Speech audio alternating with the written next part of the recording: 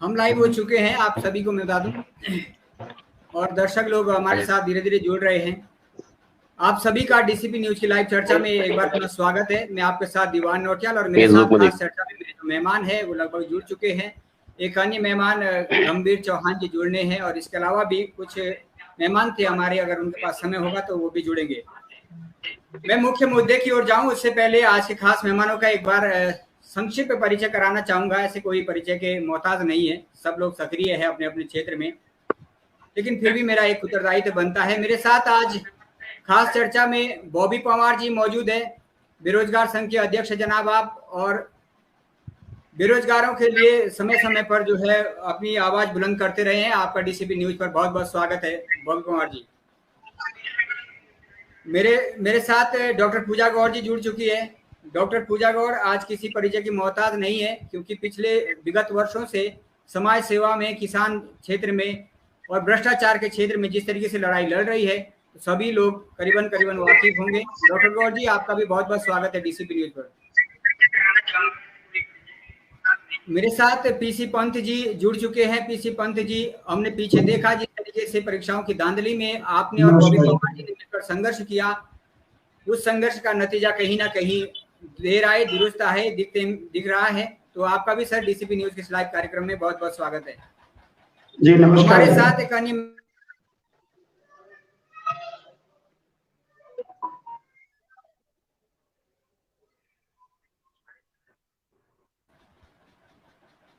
कुछ connectivity disconnect हो गए थे हम लोग। हमारे साथ अन्य मेहमान है खजान राणा जी। खजान राणा जी, आज जिस विषय पर हम चर्चा कर रहे हैं उन छात्रों की समस्याओं के संबंध में अपना पक्ष रखेंगे और बहुत बारीकी से जानते हैं किस तरीके से संघर्ष कर रहे हैं छात्र। इसके अलावा पीसी पंत जी भी एक इंस्टीट्यूट भी चला रहे हैं, तो आप भी जनाब छात्रों की समस्याओं की बहुत बारीकी से वाकिफ हैं। इसके अलावा मेरे साथ एक अन्य मेहमान भी जुड़ चुके हैं। मेरे साथ अधिवक्ता गंभीर सिंह चौहान जी जुड़ चुके हैं। गंभीर सिंह चौहान जी नवक्रांति स्वराज मोर्चा के कानूनी सलाहकार भी है। चौहान साहब, आपका भी बहुत बहुत स्वागत है सर डीसीपी न्यूज के लाइव कार्यक्रम में। तो चलिए सर, हम मुख्य चर्चा की ओर लौटते हैं। सबसे पहले मैं धन्यवाद दूंगा बॉबी पंवार, पीसी पंत जैसे युवाओं को, जो बेरोजगार युवाओं की, जो कि आज हमारा मुख्य विषय है, उनकी आवाज को बुलंद करते रहे हैं और जमीनी स्तर पर आवाज अपनी बुलंद करते रहे हैं। और उसके बाद धन्यवाद व्यक्त करूंगा प्रदेश के विपक्ष के विधायक भुवन कापड़ी जी का, जिन्होंने बड़े ही विस्तार पूर्वक युवाओं की समस्या को लोकतंत्र के मंदिर विधानसभा में रखा था, और शायद कुछ हद तक सत्ता में बैठे नुमाइंदों के कानों तक वो आवाज अगर पहुंची हो तो उम्मीद करते हैं कि युवाओं को उनका अधिकार मिल पाएगा। इसी के साथ में सबसे पहले बॉबी पंवार जी आपके पास आना चाहूंगा। आप सर अपना म्यूट ऑन कर दीजिएगा।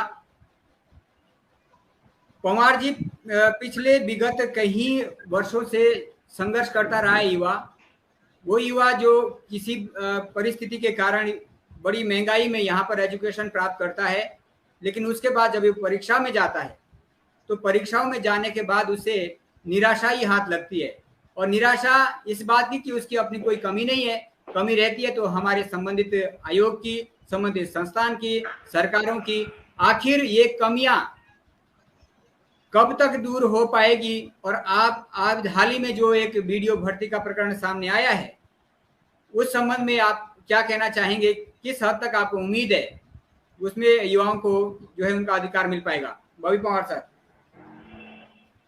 देखिए, सबसे पहले तो नौटियाल जी, मैं डीसीपी न्यूज का और आपका आभार व्यक्त करूंगा, और पैनलिस्ट जितने भी हैं सबको मेरा नमस्कार है।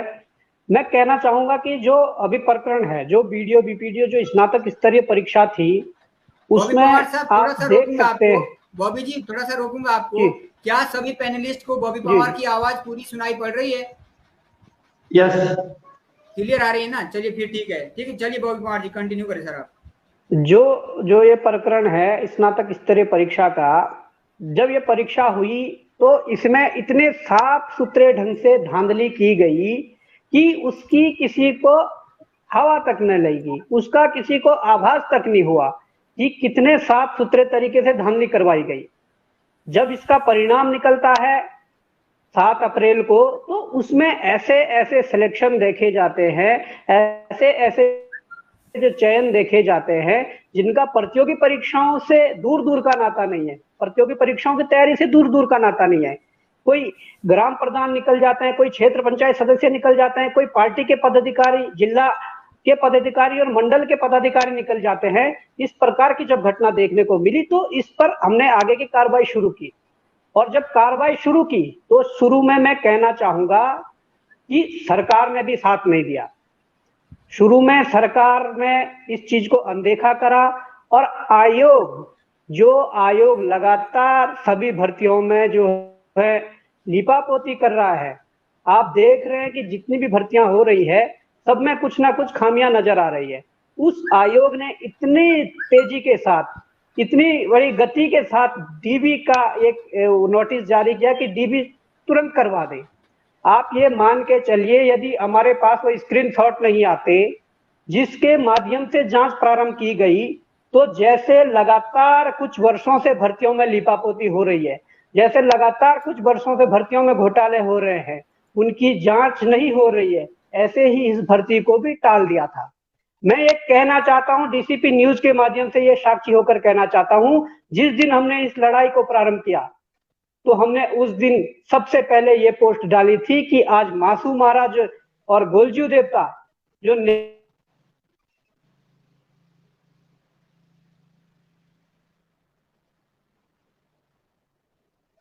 कंटिन्यू रखें बॉबी सर, आपका कनेक्टिविटी इशू हो रहा है क्या?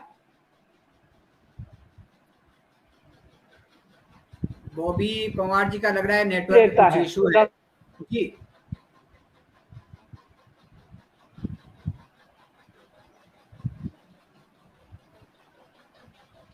बॉबी पंवार जी का कनेक्टिविटी कुछ इशू लग रहा है।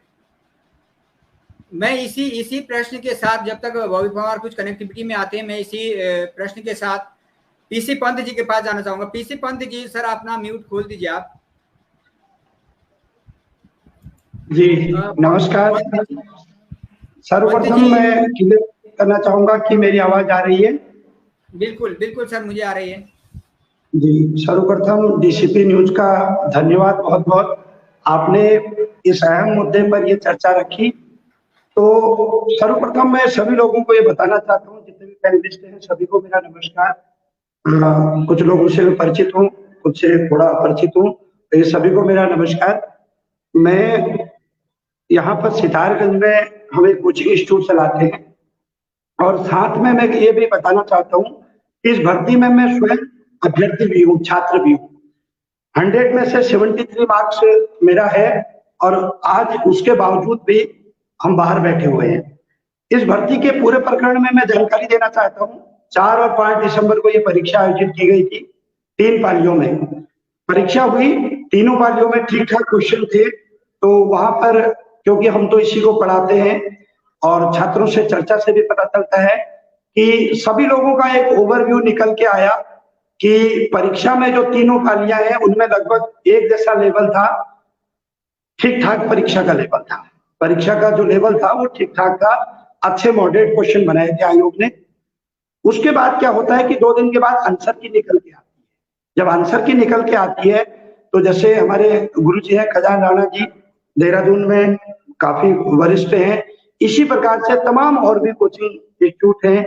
तो ये सर्वे हम लोग करते हैं कि आपके स्टूडेंट के क्या मार्क्स हैं, कितने हैं। इसके आधार पर सभी लोगों ने ये एक ओवरव्यू निकल के आया कि ओवरऑल 65 to 70 इसका मेरिट जाएगा।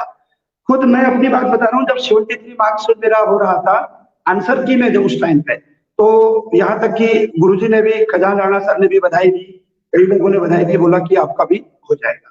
चलिए, बहुत सारी चीजें हैं। उसके बाद जब इसका रिजल्ट आता है, अप्रैल फर्स्ट वीक में जब इसका रिजल्ट आता है, तो इसके रिजल्ट में एक इस प्रकार से कुछ चीजें दिखाई देती हैं कि एक तो इसके रिजल्ट की मेरिट ज्यादा जाना, उसके बावजूद मेरिट ज्यादा के साथ साथ ये देखा गया कि आयोग द्वारा बहुत सारे क्वेश्चन आंसर जो पहले आंसर की में सही था वो बाद में गलत कर दिया गया। उनमें बहुत सारे ऐसे क्वेश्चन थे जो जेन्युइन क्वेश्चन है, जो एनसीईआरटी में बिल्कुल है। तो आयोग ने एक्सपर्ट की आड़ में भी यहाँ पे गड़बड़ी की। दूसरी बात यह है कि कुछ ऐसे लोगों का नाम आना जिनका पढ़ाई से कोई लेना देना नहीं है, क्योंकि गांव में जो छात्र रहते हैं वो एक दूसरे को भली भांति जानते हैं और ये लोग छिप नहीं सकते। तो ये बातें जब सामने आई, फिर उसका मूल्यांकन किया गया कि ऐसा क्यों हो रहा है। तो हमारे द्वारा भी आवाज उठाई गई, मेरे बड़े छोटे भाई बॉबी पवार जी के द्वारा भी आवाज उठाई गई। लेकिन मैं उसमें आपको ये कहना चाहता हूँ, सबसे बड़ी बात कि यहाँ पर दो चीजें बड़ी खास हुई। एक कि जो सिलेक्टेड लोग हैं उनमें से एक वो ग्रुप जो मेहनत से सेलेक्ट हुआ है, और एक वो ग्रुप जिसने कहीं से जो है पेपर ले करके पहले दिन रात में ही लोगों को पेपर पढ़ा दिया गया। ये खबरें हमारे पास तक आने लग गई कि भाई फलाने गांव में फलाने का लड़का, क्योंकि उससे पहले कोई भी ऐसे लोग नहीं मिल रहे थे जिनकी 70+ मार्क्स हो रहे थे, बहुत रेयर। अचानक से ये लोग कहाँ से आ गए। तो जब ये बातें चली तो इन्होंने दो ग्रुप बना दिए।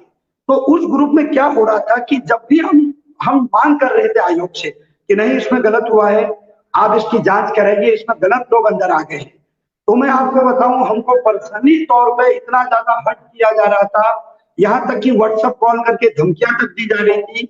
बॉबी पवार जी ने तो क्या क्या नहीं झेला वो मैं जानता हूं, और इस बीच कई सारी चीजें हुई।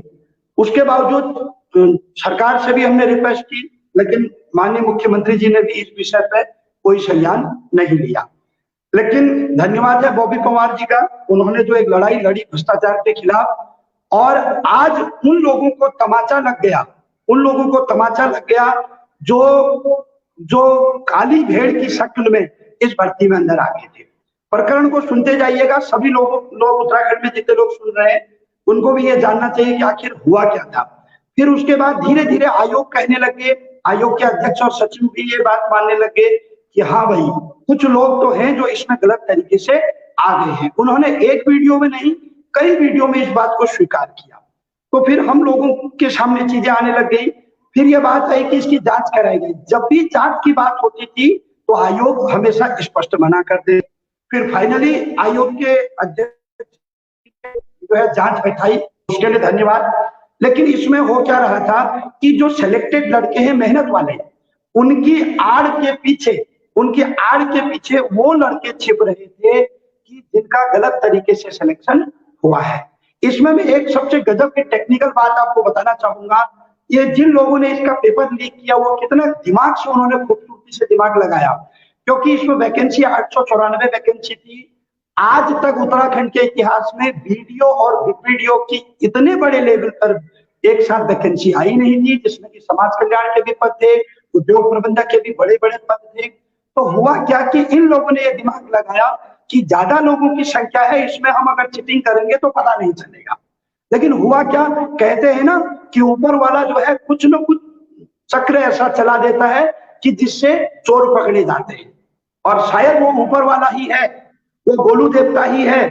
मैं कह रहा हूं वो माता रानी का ही आशीर्वाद है कि आज ये लोग एक्सपोज हो गए। तो जब इसका रिजल्ट आया तो बड़ी एक मतलब मेरे लिए भी एक बड़ी शर्मनाक बात थी कि 73 स्कोर होने के बाद जो सिलेक्शन नहीं हुआ। तो इसमें जिन लोगों का सिलेक्शन धांधली से हुआ तो उन लोगों ने क्या करना शुरू किया, हम लोगों को ट्रोल करना शुरू किया, उल्टी पुल्टी बातें करनी शुरू की हमारे बारे में। हम लोग उनको दुश्मन की तरह दिखाई दे रहे थे। लेकिन एक वो ग्रुप है कि जो मेहनत से सिलेक्ट हुए हैं। अब एक प्रश्न ये भी आता है कि उनका क्या गलती है, मेहनत जो लोग कर रहे हैं, भाई उन्होंने मेहनत से सिलेक्शन लिया है। जैसे मैं आपको बताऊं, मेरे पास 10 स्टूडेंट टोटल ऐसा था जिसका 70+ स्कोर था, और वो सारे स्टूडेंट 4 साल 5 साल से तैयारी कर रहे थे। हमें ये लगा यार 10 नहीं तो 8 लड़का तो हमारा निकल ही जाएगा। ये हम लोग ग्राफ बनाए थे, जिसमें से एक स्टूडेंट मेरा 79 था। जिस दिन आंसर किया आया था मैं उसी दिन बोल दिया था कि हमारा लड़का टॉप करेगा। लेकिन हमारे लड़के का जो पहले से आया वो 250-300 रैंक आया। ऐसे ही मैं अपने बहुत सारे मित्रों को जानता हूं जो काफी समय से तैयारी कर रहे हैं, कोचिंग भी पढ़ा रहे हैं। हमारे काशीपुर में दीपक असवाल जी हैं, उन्होंने लगातार करीब 7-8 एग्जाम पास किए हैं समूह के। वो हर एग्जाम में टॉप में रहते थे, फॉरेस्ट गार्ड में भी टॉप में थे, 8वीं 10वीं उनकी रैंक थी। लेकिन इस परीक्षा में 77 मार्क्स आने के बावजूद उनको 300वीं रैंक प्राप्त हुई। अब हालांकि उनका चयन हुआ, लेकिन धीरे धीरे क्या हुआ कि चीजें खुलनी शुरू हुई, तो सरकार ने भी, माननीय मुख्यमंत्री ने भी एसटीएफ का गठन किया, और जब गठन इसमें हुआ तो अब आपके सामने रिजल्ट है कि कैसे कैसे लोग पकड़ने में आ रहे हैं। मैं निश्चित तौर पर कह रहा हूं, अभी ये जो 2 पकड़े गए, केवल ये जो 6 लोग पकड़े गए हैं, ये 2% लोग हैं। इसमें कम से कम ये कह सकते हो आप कि 400 से 500 लोग गलत तरीके से इस भर्ती में आए, और बाकी ये भी मैं सबके सामने बोल रहा हूं कि इस भर्ती में करीब 400 लोग ऐसे हैं जिनको मैं जानता हूं कि वो मेहनत से हैं। एक ही पक्ष की बात नहीं कर रहा हूं। कई लोग ये भी सोचेंगे कि ये तो यार गलत ही बोल रहे हैं, ऐसा नहीं है, इसमें मेहनत वाले बच्चे भी हैं, इसमें नो डाउट। बट हो क्या रहा है कि मेहनत वालों की आड़ में वो जो काली भेड़ है वो छिप जा रहे हैं। जैसे अधिकतर ये लोग क्या कर रहे थे, मेहनत वाले लड़के लगातार आयोग जा रहे थे, आयोग पर प्रेशर डाल रहे थे कि हमको नियुक्ति दीजिए, तो पीछे से सारा जोर ये लोग लगा रहे थे। यहाँ तक कि मेरे पास तो ऐसे ऐसे लोग भी हैं जिन्होंने बोला यार पंत जी हम क्या करें, हमें तो पता है कि हमारे ग्रुप में ये गलत लोग भी हैं, लेकिन हम क्या करें, हमारी भी नौकरी लगी हुई है, हमें भी अपनी ज्वाइनिंग चाहिए भाई, हम कैसे बोल दें कि भर्ती रद्द करो या भर्ती दोबारा करो। तो मैं आपके चैनल के द्वारा उत्तराखंड सरकार से और माननीय आयोग से ये कहना चाहता हूँ, खास तौर पर माननीय आयोग से कहना चाहता हूँ कि ये सबसे बड़ा फेलियर आयोग का है। माननीय सचिव, माननीय अध्यक्ष इसकी जिम्मेदारी आज भी क्यों नहीं ले रहे हैं। आपको एक बात बताना चाहूंगा, यदि ओएमआर में किसी से एक टिक गलत लग जाता है एबीसीडी, तो ये उसका अभ्यर्थन निरस्त कर देते हैं। मेल की जगह फीमेल पर टिक लग जाता है, निरस्त कर देते हैं। ये गलती किसकी है? कल तक यही लोग, माननीय अध्यक्ष एस राजू जी ने ऑनलाइन बोला है कि बॉबी पवार झूठा है और बॉबी पवार ने फर्जी बनाया है, सब कुछ षड्यंत्र रचा है, ऐसा उन्होंने बोला है। तो आज बताइए कि जब ये क्लियर हो गया कि आयोग से ही चोरी हुई, तो बताइए आपकी जिम्मेदारी बनती है कि नहीं बनती है? एक भी बार आपने अपनी जो है गलती एक्सेप्ट नहीं की है। और दूसरी बात, ये आयोग की गलती है। आयोग इस परीक्षा को जल्दी से जल्दी इस पर डिसीजन लेकर के पुनः री एग्जाम कराए, ताकि दूध का दूध पानी का पानी हो जाए। और एक बात और बोलना चाहता हूं, उसके बाद मैं अपनी वाणी को विराम दूंगा, कि इसमें बहुत सारे ऐसे छात्र जो मेहनत से लगे हैं, उनका यह कथन है कि री एग्जाम क्यों हो, क्योंकि भाई इस बीच उन्होंने पढ़ाई छोड़ दी होगी, बहुत सारी चीजें होती हैं। मैं पुनः मानता हूं कि री एग्जाम में जो मेहनत से बच्चे निकले हैं उनको नुकसान तो होता है, लेकिन ध्यान से मेरी बात सुनिए छात्रों, जो व्यक्ति इतनी धांधली होने के, अब तो क्लियर हो गया कि धांधली हुई है, इतना पेपर लीक होने के बावजूद भी सिलेक्शन ले सकता है, तो निश्चित तौर पे अगर फेयर हुआ तो आप लोग टॉप करोगे निश्चित तौर पे। और हम लोग जो अच्छे स्कोर किए हुए हैं, निश्चित तौर पे हम भी लिस्ट में आएंगे, अन्य छात्र भी आएंगे। और दूसरी बात कहूंगा कि आयोग के पास या सरकार के पास कोई भी ऐसी मशीनरी नहीं है कि जिससे फिल्टर किया जा सके कि एग्जैक्ट कितने लोग हैं, एग्जैक्ट कितने लोग हैं। और पेपर की शुचिता जो है बाधित हो चुकी है। परीक्षा होने से पूर्व इन लोगों को जो है पेपर मिल चुका था, तो उसका सीधे सीधे एक ही सॉल्यूशन होता है कि जल्द से जल्द डिसीजन लेकर के माननीय मुख्यमंत्री जी आप छात्र हित में फैसला कीजिए, जल्द से जल्द जो है इसकी पुनः परीक्षा कराइए। और माननीय मुख्यमंत्री जी से कहना चाहूंगा कि ये जो है आपके ऊपर भी ये बात आती है, इस समय आप युवा मुख्यमंत्री हैं, आप जो है अपने आप को यहाँ पर साबित कीजिए कि युवाओं के प्रति आप जो है कितने सेंसिटिव हैं, कितने जल्दी आप इसमें डिसीजन लेते हैं। हमें इंतजार रहेगा। धन्यवाद। धन्यवाद सर। युवा मुख्यमंत्री से अनुरोध किया है पीसी पंत जी ने। पीसी पंत जी, यहाँ पर तमाम सारी ऐसी प्रतिक्रियाएं भी आ रही है, आप पर भी कुछ आरोप लग रहे हैं लोगों के द्वारा, उस पर मैं बाद में आऊंगा आपके पास। उससे पहले मैं जाना चाहूंगा राणा जी के पास। खजान राणा जी, सर आखिर आयोग की खामियों का नुकसान छात्र क्यों भुगते हैं? आप उस संस्थान से हो जहां दुर्गम क्षेत्र पहाड़ का हर गरीब से गरीब युवा आता है उत्तराखंड की तैयारी करने के लिए, किस तरीके से वो वहां भी जो शायद आपकी उचित फीस होती है उससे भी बड़े अनुरोध के साथ कम करवा के जाता है। किसी के अभिभावक आते हैं, बावजूद उसके जब उन्हें उन अभिभावकों को ये पता चलता है कि पेपर क्या परिणाम इस तरीके से निकाला जा रहा है, तो फिर इस नतीजे के लिए जिम्मेदार कौन है सर? क्या वो गरीब परिवार जो अपने पेट की रोटी काटकर अपने बच्चे की शिक्षा पूरी कर रहा है, या वो छात्र जो दिन रात मेहनत करके देहरादून जैसे शहर में तैयारियां कर रहा है? खजान राणा जी। जी बहुत बहुत धन्यवाद नौटियाल जी, आपने ये ज्वलंत मुद्दा उठाया है। डीसीपी चैनल का बहुत बहुत आभार। जैसे कि आप कह रहे हैं कि मेहनती छात्रों के लिए कौन जिम्मेवार है जो इनके साथ इस प्रकार की घटना घटी हुई है। मेरी संवेदनाएं मेहनती छात्रों के साथ बिल्कुल है। मैं पहले से कहता रहा हूं, जो छात्र बड़े मेहनत से निकले हैं, जिन्होंने अपना रात दिन पढ़ाई करके कोचिंगों में या पुस्तकालयों में 3-3, 4-4 साल तक मेहनत की है, मेरी संवेदना वास्तव में उनके साथ है। मैं कहीं ना कहीं इसके लिए दोषी ठहराऊंगा आयोग को, यूकेएसएससी को, जिनके पास एक ऐसी व्यवस्था नहीं है कि कोई परीक्षा वो सुचारू रूप से करा सके। उत्तराखंड में लगभग विगत 10 वर्षों से मैं भी अध्यापन क्षेत्र में कार्यरत हूं और मैंने 10 वर्षों से कोई भी परीक्षा ऐसी नहीं देखी है जो न्यायपालिका के द्वार पर जाकर के खड़ी नहीं हुई उत्तराखंड में। आप चाहे तो बात करिए पीछे फॉरेस्ट गार्ड की, चाहे बात करिए आप वन दरोगा की, चाहे बात करिए आप अभी हाईकोर्ट की परीक्षा की, चाहे बात इस वीडियो विपुड़ी की भर्ती की करिए आप, हर परीक्षा न्यायपालिका के पास पहुंच रही है। मैं तो समझता हूं कि सरकार को इस पर कड़े कदम उठाने चाहिए। इस आयोग में अगर कोई ऐसा जानकार व्यक्ति नहीं बैठा हुआ है जो ठीक से एग्जाम सेट नहीं कर सकता है, या उनके एक्सपर्ट ना जाने कैसे एक्सपर्ट वहां पर बिठाए गए हैं, जिन लोगों को ये पता नहीं है कि वो सही को गलत कर रहे हैं, गलत को सही कर रहे हैं, उनका मुझे समझ नहीं आ रहा कि किस प्रकार के कैटेगरी के लोग आपने वहां पर बिठा रखे हैं। क्या आप कोई उस कमीशन में ऐसे लोगों को नियुक्त नहीं कर सकते हैं जो वास्तव में जानकार हो, जिसको उस विषय की परख हो, जो आपके पास सही को सही ठहरा सके, गलत को गलत ठहरा सके।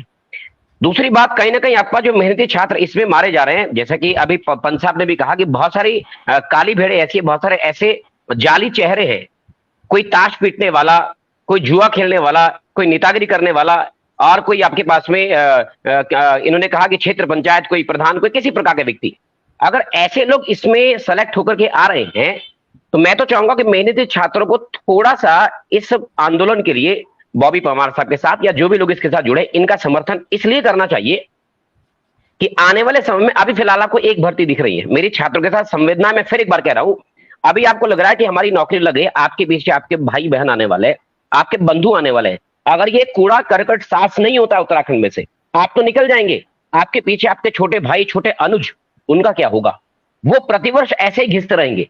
तो अगर एक बार ये कचरा पूरी तरह साफ हो जाता है, आपके पीछे अगर कोई ऐसा मसीहा बनकर के आपके सामने आ रहा है जो इस कचरे को साफ करने का बीड़ा उठा रहा है, तो मैं तो मानता हूं कि आप लोगों को भी फिलहाल इनका समर्थन करना चाहिए और निष्पक्ष तरीके से इसमें जांच होनी चाहिए, ताकि ये कूड़ा करकट, ये जो गंदगी प्रदेश में फैली है, वो पूर्णतः साफ हो सके। आगे आने वाली जितनी परीक्षाएं होंगी, अभी आगे पुलिस का एग्जाम होना है, दरोगा की परीक्षा होनी है, पटवारी की परीक्षा होनी है, कम से कम वो परीक्षाएं निष्पक्ष तरीके से हो सके और जो छात्र वास्तव में योग्य होंगे उस परीक्षा के लिए, जिन्होंने वास्तव में पढ़ा है, वो निकले और इस प्रकार का जो जाली चेहरा लगा करके छात्र आ रहे हैं उनका आना बंद हो। ये संभव तब हो पाएगा जब पहली बार तो आयोग में बैठे जो लोग हैं, जो खुद को एक्सपर्ट कहते हैं, जिनको किसी प्रश्न का सही उत्तर मालूम नहीं है, बड़ी बड़ी किताबें मैं अभी देख रहा था, एलटी को लेकर के बहुत बड़ा मामला चल रहा है। भैया डॉक्टर नागेंद्र इतने प्रमाणिक राइटर है हिंदी साहित्य के, आयोग में बैठे जो एक्सपर्ट है वो उनका उत्तर सही नहीं ठहरा रहे। भैया मुझे ये बता दीजिए, आयोग में बैठे लोग जो भी सुन रहे होंगे, कि आप बताइए आप किस पुस्तक का रेफरेंस मांगते हैं, आप कौन सी पुस्तक पढ़ करके वहां पर बैठे हुए हैं, जब आप ऐसी पुस्तकों को नकार रहे हैं जो वास्तव में भारत के चुनिंदा लेखक हैं। डॉक्टर नगेंद्र की बात में कर रहा हूँ, शुक्ल जी की बात में कर रहा हूँ, हजारी प्रसाद द्विवेदी की बात में कर रहा हूँ। इन पुस्तकों को उत्तर प्रमाणिक नहीं मानते हैं। आपके पास कौन सी पुस्तक है भाई? क्या आप गूगल से देख करके पेपर सेट करते हैं? क्या आपके पास कोई अलग से अपनी पुस्तिका जिससे आप पेपर सेट करते हैं? किस प्रकार के एक्सपर्ट वहां पर बिठा रखे? मैं तो चाहूंगा कि पहले जांच उनकी भी हो, वो कहीं एक्सपर्ट भी हो, वो काली भेड़े तो नहीं है, वो भी जाली तरीके से आपका अंदर घुस गए होंगे और वहां पर भी आपका इस प्रकार की जालसाजी वो कर रहे हैं।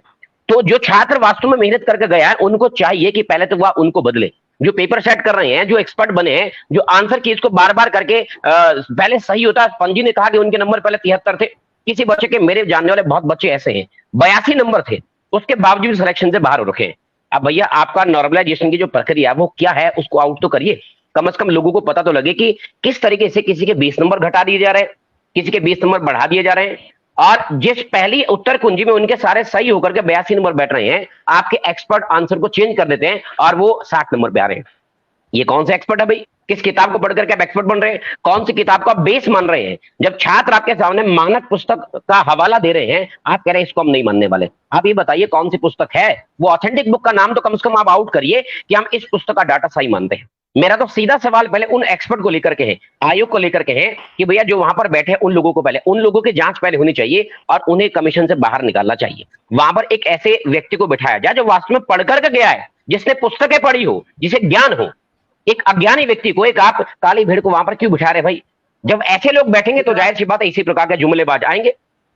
दूसरी बात मैं ये कहना चाहूंगा, जो छात्र जी दूसरी बात मैं कहना चाहूंगा, जो छात्र मेहनती है उन्हें बिल्कुल हताश नहीं होना है।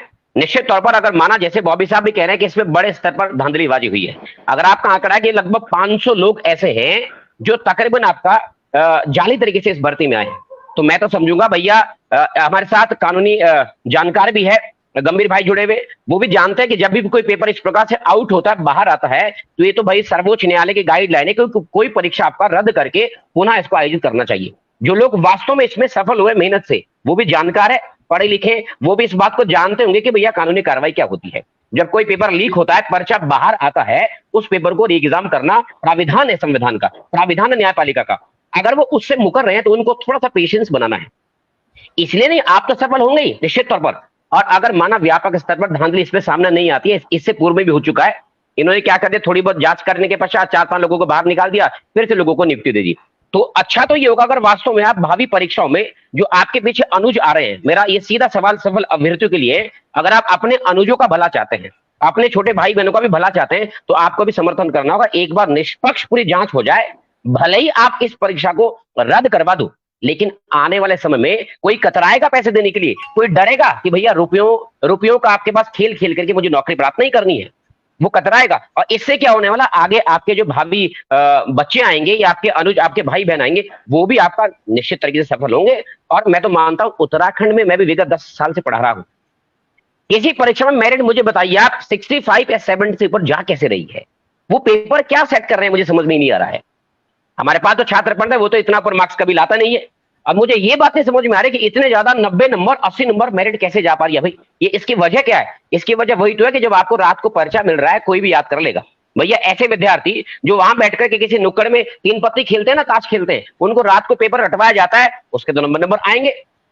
और इससे पढ़ने वाला छात्र पिछड़ रहा है। तो उन छात्रों को सोचना चाहिए कि ये तो एक भर्ती है भैया, आगे इतने सारे परीक्षाएं हैं, आप निकल जाएंगे, आपके बीच आपके छोटे भाई बहन इसके भेंट चढ़ेंगे, तो इनको भी समर्थन करना चाहिए। मेरा यह व्यक्तिगत सुझाव है कि आपको भी समर्थन करना चाहिए। निश्चित तौर पर इसकी पूर्ण पारदर्शिता के साथ जांच हो, और जांच के बाद सारा कचरा, सारी गंदगी, वो चाहे आयोग के पदाधिकारी हो या बाहर के जो लोग पकड़े गए हैं, जैसे माना भी कोचिंग संचालक भी पकड़ा गया इसमें, तो ये हमारे लिए भी शर्मसार है। मैं खुद एक कोचिंग संचालक हूं और हम वास्तव में बड़ी शर्मिंदगी महसूस कर रहे हैं कि कोचिंग संचालक एक ज्ञान, जो अपने आप को कहता है कि मैं ज्ञान बांटता हूं, वो व्यक्ति ऐसे काम कर रहा है। तो निश्चित तौर पर ये बड़ा शर्मिंदगी का विषय हम लोगों के लिए भी।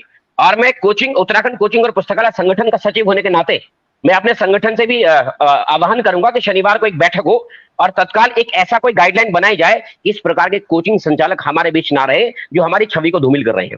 हम एक अध्यापक है, अध्यापक ईश्वर के लिए, देखिए आप सबसे बड़ा पद होता है अध्यापक, वो ज्ञानवर्धन कर रहा है और आप ऐसे काम कर रहे हैं, तो वास्तव में ये बड़ी शर्मिंदगी की बात है। जी नोटियाल जी। बिल्कुल, धन्यवाद सर, आपने बहुत ही विस्तार तरीके से रखा। और मैं आगे बढ़ूं उससे पहले मेरे साथ बड़ी संख्या में दर्शक लोग जुड़ रहे हैं, लेकिन आप मेरे लिए सभी दर्शक सामान्य है, लेकिन मैं आपसे विशेष आग्रह करूंगा, आप लोगों की जो भी प्रतिक्रिया आ रही है उसमें सभ्यता को जरूर रखें, नहीं तो मैं आपका जो भी प्रतिक्रियाएं हैं उसको मैं अपनी स्क्रीन पर नहीं ला पाऊंगा। शायद आपका विरोध हो सकता है, आपका प्रश्न हो सकता है, उसको आप सभी तरीके से रखेंगे तो हमें ज्यादा अच्छा लगेगा। मैं इसी के साथ आगे बढ़ूंगा। डॉक्टर गौर जी, आपने राणा जी को सुना, और राणा जी एक कोचिंग संस्थान के ऑनर भी है, उसको माध्यम से बहुत करीबी से छात्रों से जुड़े हुए हैं, और तमाम सारे प्रश्न आयोग पर उठते हैं। आखिर आयोग कौन सी बुक से पेपर बनाता है? अभी खजान राणा ने जिक्र किया, कैसे ये मेरिट इतनी जा रही है? जो व्यक्ति, जो टीचर वहां पढ़ा रहा है उन छात्रों को, उनकी मेरिट, वो आकलन तो वो भी कर सकते हैं ना जो पढ़ा रहे हैं कि कहाँ तक जा सकते हैं, लेकिन आयोग में है कि अता पता ही नहीं है। कभी 20-30 नंबर का मार्जिन आ जाता है, कभी ऊपर कभी नीचे कैसे हो जाता है, ये समझ से परे है जो भी फॉल्ट है यहाँ पर राणा जी ने रखे हैं। लेकिन आखिर उत्तराखंड में गांव का व्यक्ति देखो, आम नागरिक देखो, उसको जाने वाली योजना भ्रष्टाचार की भेंट चढ़ जाती है। यहाँ वो किसान बड़ी मुश्किल से अपना बच्चा भेजता है, यहाँ पढ़ाई करता है और परीक्षाओं में धांधली हो जाती है, वो भी भ्रष्टाचार की भेंट चढ़ रहा है। आखिर इस भ्रष्टाचार से खजान जी ने जिक्र किया था कि युवाओं को पहले आयोग के भीतर जो अधिकारी है उनको बदलने की आवश्यकता है। कैसे उनको बदला जा सकता है? कैसे इस सरकार को एक युवाओं की बेरोजगारी की आवाज को पहुंचाया जा सकता है कि जिस माध्यम से ये धांधलियां भविष्य में ना हो, जिस तरीके से अभी हो रही है। डॉक्टर गौर जी। जी, सबसे पहले मैं धन्यवाद करूंगी डीसीपी न्यूज चैनल का कि जो हमारे युवाओं जो ये प्रॉब्लम फेस कर रहे हैं और अभी ये जो चल रहा है मुद्दा आप उस पर डिस्कशन करवा रहे हैं, ताकि कोई ना कोई सभी लोग मिलके एक हल निकालें और उसके जो भी गलत चीजें हो रही है उसके अगेंस्ट में काम किया जा सके। देखिए, जब गलत होता है उसके बाद उसके लिए जब आप आवाज उठाओगे तभी जाके चीजें सुधरती हैं। लेकिन अगर मैं बताऊं तो जो आपने आई थिंक किसी का माइक जो है वो अनम्यूट है, प्लीज म्यूट कर दे बिकॉज वॉइस जो है वो इको हो रही है। I am unable to explain this. मैं कर दिया हूँ जी, ओके।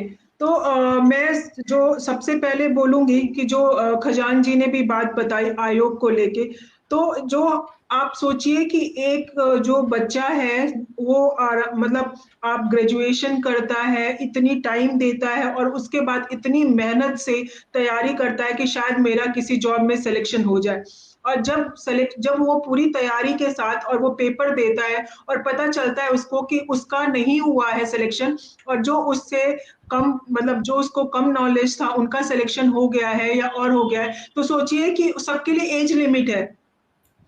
और जो मेहनत किया हुआ कैंडिडेट है, जो मेहनत किए हुए छात्र हैं, उनका सिलेक्शन नहीं होगा तो वो कहीं ना कहीं एक डिप्रेशन में चले जाते हैं, डिमोरलाइज हो जाते हैं, और मतलब एक निगेटिव मैसेज सोशल मतलब एक समाज में चला जाता है। तो आपको मैं ये बताऊं कि जब भी उत्तर प्रदेश से उत्तराखंड अलग हुआ था, तो सबसे पहला उत्तराखंड अलग होने के बाद सबसे पहले पुलिस भर्ती में घोटाला हुआ, और उसके बाद से हर जितनी भी भर्तियां होती हैं सब में घोटाला चला जा रहा है। जो एजुकेशन है, जो जॉब है, ये जो रोजगार देने की बात है, या गवर्नमेंट के जितने भी एसएससी हो, कोई भी एग्जाम्स हो, यहाँ पे तो जीरो टॉलरेंस स्कीम होनी चाहिए। इस तरह की चीजें बिल्कुल टॉलरेट नहीं की जा सकती हैं। लेकिन आप जीरो टॉलरेंस की बात करें कि तब से उत्तराखंड बनने के बाद से घोटाला चालू है, लेकिन आज तक आयोग फेल हुआ है एक भी एक्शन लेने के लिए। ये मतलब बहुत बड़ा दुर्भाग्य है। और मैं ऐसा नहीं बोलती हूँ कि सिर्फ उत्तराखंड में ये सारी चीजें हो रही हैं, और भी स्टेट में हो रहे हैं, बट यहाँ पे कहीं ना कहीं रेशियो ज्यादा हो जा रहा है। आप देखेंगे तो जो रोजगार देने की बात है, वो पूरे इंडिया में अगर 30% है, तो उसमें भी आप देखेंगे उत्तराखंड में सबसे जो रोजगार देना है वो सबसे कम है, पूरे इंडिया में सबसे कम है परसेंटेज में। तो हर चीजें जो उत्तराखंड में करप्शन ज्यादा हो रहा है, रोजगार कम मिल रहे हैं, और उसमें भी जो पेपर का मैं सबसे मतलब बात करूंगी कि आप सोचिए कि जब भी हम कोई पेपर सेट करते हैं तो उसके लिए एक्सपर्ट्स होते हैं, कंसल्टेंट होते हैं, वो हायर किए जाते हैं, वो उस स्किल के, वो उस सब्जेक्ट के एक्सपर्ट होते हैं। इसके बाद भी आप देखेंगे जो पेपर का स्टैंडर्ड है वो बहुत ही ज्यादा अलग है। इस पेपर में कोई स्टैंडर्डाइजेशन नहीं है, क्योंकि किसी को अलग सेट का पेपर मिलता है, किसी को अलग सेट का मिलता है, किसी के पेपर बहुत ज्यादा टफ होते हैं, किसी के पेपर थोड़े इजी होते हैं। उसमें आपको पकड़ना कि कहाँ पे धांधली हो रही है, वो इसलिए हो रहा है कि मुश्किल हो जाता है, क्योंकि आप पेपर का कोई स्टैंडर्ड ही नहीं है। तो आप कैसे बोलोगे कि हाँ इतने परसेंट मेरी चली गई या सब मेरा इतना हुआ तो आपका क्या हुआ। तो ये एक तरह से हमारे एजुकेशन सिस्टम में, हमारे जो सिलेक्शन सिस्टम है, एचआर प्रोसेस है, उसमें एक क्वेश्चन मार्क क्रिएट करता है कि पेपर का स्टैंडर्ड सेम नहीं है। पहले ऐसा नहीं होता था, अभी उन्होंने अलग अलग बैचेस में पेपर आते हैं। दूसरी चीज आउटसोर्सिंग, अगर गवर्नमेंट के इतने एम्प्लॉय असमर्थ हैं काम करने में, तो इसका मतलब ये नहीं है कि आप आउटसोर्स कर दो पेपर प्रिंटिंग। आप अपने एम्प्लॉय के ऊपर कंट्रोल नहीं कर पा रहे हो, और आप उनका जो मतलब उनका जो सर का जो बोझ है वो आप जस्ट ट्रांसफर कर दे रहे हो। कोई भी एक एजेंसी हायर कर लेते हो और जिसको पेपर प्रिंटिंग के लिए आप दे देते हो। क्या गारंटी है कि जहां पे पेपर प्रिंट हो रहा है वहां से पेपर लीक नहीं होगा। कुछ चीजें ऐसी होती है कि जिसमें गवर्नमेंट को प्राइवेट अथॉरिटी या कोई एजेंसी के थ्रू नहीं कराना चाहिए। तो सबसे पहली बात जो मैं बोलूंगी कि एक तो आयोग जो है वो अभी तक कोई भी एक भी डिसीजन लेने में फेल रहा है, अभी तक कोई एक्शन नहीं हुआ है। उत्तराखंड बनने के बाद से लेके अब तक इतने सारे पेपर लीक हुए। दूसरी बात, पेपर का स्टैंडर्ड सेम होना चाहिए, इसके लिए कोई रॉकेट साइंस नहीं है। आप इतनी सारी चीजें हो जाती हैं, इतने सारे लॉज बन जाते हैं, इतने सारे योजनाएं बन जाती हैं, इतने सारे आप कंसल्टेंट हायर करके एक पूरी ड्राफ्टिंग तैयार हो जाती है। और जो इतना क्रिटिकल सब्जेक्ट है, जो इतना क्रिटिकल मैटर है, उसमें इस तरह की जो खामियां आ रही हैं, उस खामियों को जॉट डाउन करके क्यों नहीं इस तरह के प्रोसेस बन रहे हैं जिसमें जीरो टॉलरेंस हो। और उसके बाद जो है, जो पेपर का स्टैंडर्ड है, और ऊपर से जो एजेंसी आप दे रहे हो, हायर करा रहे हो, अलग अलग सेट के पेपर्स जहां पे प्रिंट हो रहे हैं, उसमें भी आपका खुद का कंट्रोल नहीं है। जब से ये डिजिटल हुआ, पहले ये हुआ था कि मैनुअल होता था चेकिंग, आई थिंक उस समय ज्यादा ये फ्रॉडगिरी नहीं होती थी। जब से डिजिटल हुआ है, क्लोन तैयार किए जा रहे हैं, उसी कैमरा लगने के बाद भी किसी का पेपर कोई और दे रहा है, बहुत सारी ऐसी लीकेज आ रही हैं जिसके ऊपर गवर्नमेंट कोई कंट्रोल नहीं कर पा रही है। तो इसके ऊपर मुझे लगता है कि बहुत ज्यादा, मतलब बहुत सीरियस इशू है, और इसके ऊपर गवर्नमेंट को, आयोग को जल्द से जल्द जो है डिसीजन लेना चाहिए, ताकि मतलब एक जो मतलब सबसे जो हमारा जो बच्चे पढ़ाई करते हैं उनका सब लोग इसीलिए होते हैं कि गवर्नमेंट जॉब लग जाए, या कुछ जहां पे भी उनका फोकस हो वो उसमें हो जाए। सोचिए कि वो कितना डिमोटिवेशन है। और इसी तरह से करके पहले तो जॉब नहीं आई, जॉब आने के बाद पहले कोई भी पोजीशन नहीं निकल रही थी। जब जॉब की पोजीशन, रिक्रूटमेंट निकला भी, तो रिक्रूटमेंट निकले के बाद धांधली हो जाती है। आपने ऐसे ही जो एज लिमिट होती है वो एज लिमिट चली जा रही है, तो उनका फ्रस्ट्रेशन लेवल आप समझ सकते हैं कितना ज्यादा होगा। बिल्कुल तो बिल्कुल। मैं उम्मीद करती हूँ कि जितने भी हुए एग्जाम्स, वो अभी जो भी एग्जाम्स हुए हैं पूरे के पूरे रद्द होने चाहिए, और नए सिरे से एग्जाम्स कंडक्ट होना चाहिए विद स्टैंडर्डाइजेशन। और ये देखिए, जो पढ़ने वाले तेज हैं वो, उसको तो कोई डर नहीं है, वो तो निकाल लेंगे। लेकिन जो भी फ्रॉडबाजी से एग्जाम हुए, या पेपर लीक करके दिए हुए हैं, या क्लोन तैयार करके दिए हुए हैं, ऐसे लोगों के ऊपर लगाम लगेगी। तो उसके लिए आयोग को सारे पेपर रद्द होने चाहिए और दोबारा से होने चाहिए, ऐसा डॉक्टर गौर का कहना है। मैं बॉबी पवार का अधूरा रह गया था, मैं आपके पास आऊंगा, लेकिन उससे पहले गंभीर चौहान जी काफी समय से हमारे साथ जुड़े हुए कानून के जानकार भी है, और सबका पक्ष रखने के बाद इसलिए इनके पास आया हूं क्योंकि बहुत सारी चीजें हैं जो इनको समझानी होगी। अधिवक्ता साहब, आयोग पर गंभीर आरोप लग रहे हैं। हमारे साथ कोचिंग संस्थान के भी कई सारे शिक्षक जुड़े हुए हैं, समाज सेवी है, बॉबी पवार जी भी है। आप क्या कहते हो, जिस तरीके से अनियमितताएं देखने को मिल रही है, और आप सामाजिक क्षेत्र से जुड़े हुए हैं, आप भी समय समय पर आयोग जाते रहते हैं, इस तरीके की अनियमितताएं, और जो युवा जो इस धांधली में अभी तक गिरफ्त में आए हैं, वो तो मात्र और मात्र मुझे एक मोहरा लगते हैं।